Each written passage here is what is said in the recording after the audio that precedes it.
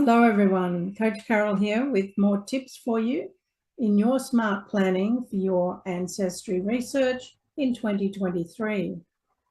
In this tip, I want to talk to you briefly about how you can begin building your tree with access to hints in one of the publicly available family history databases. The one that I use is FindMyPast. And as you know, if you've listened to other live casts on my research this January, you'll know that I'm focused on the McCulloch clan. And in particular, this week, I'm looking for records for grandmother, Janet Walker Imrie, and her husband, James Cunningham Robertson. I have a McCulloch family tree set up in FindMyPast, and I can look at it in various ways.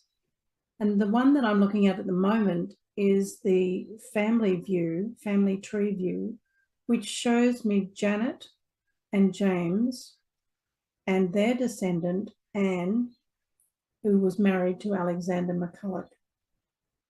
So I can get an overview of what I am about to do when researching these two ancestors, Janet and James.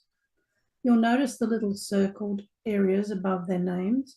These are the hints that FindMyPast provides for me, and I can click into those and see if any of them are true for these two ancestors. The hints are one way, of course, that you can do your research.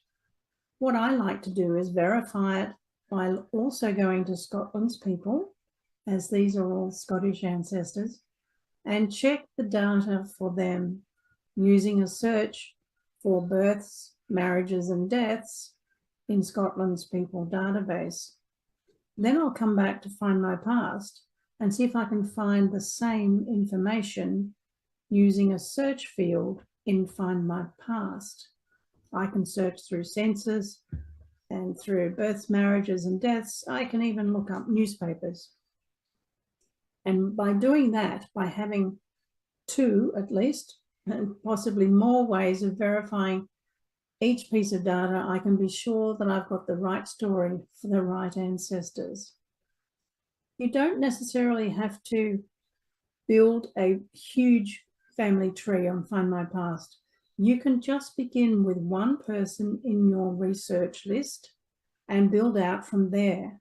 We usually refer to these as floating family trees. And you'll still find that this is a satisfying process to get the visuals that you're looking for as you're researching your ancestors. You can also look at it in pedigree view, where you will see the descendants and siblings of each person. You can also go into individual records and you can see on a timeline there what information you've already researched and put in place. I like to verify it because in Scotland's ancestry, there are so many duplicated names, such as Robertson and McCulloch.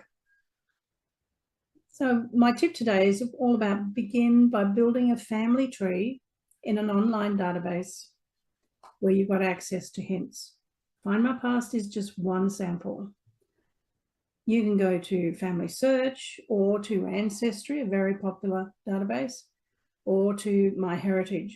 Look for specials on each of those big four and see what you can find for yourself. Now, if you're looking for more ways to get smart planning for your ancestral research for 2023, why not come along to the next event that I'm holding on February 1? And that will be held for the Digital Storytelling Online group, which is a community on Facebook. And it's a public one, so come in and just register yourself there.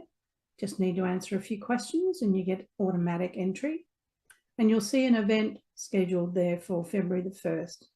So if you'd like to join with others who are coming along to that event and talk about smart planning your ancestral research for 2023,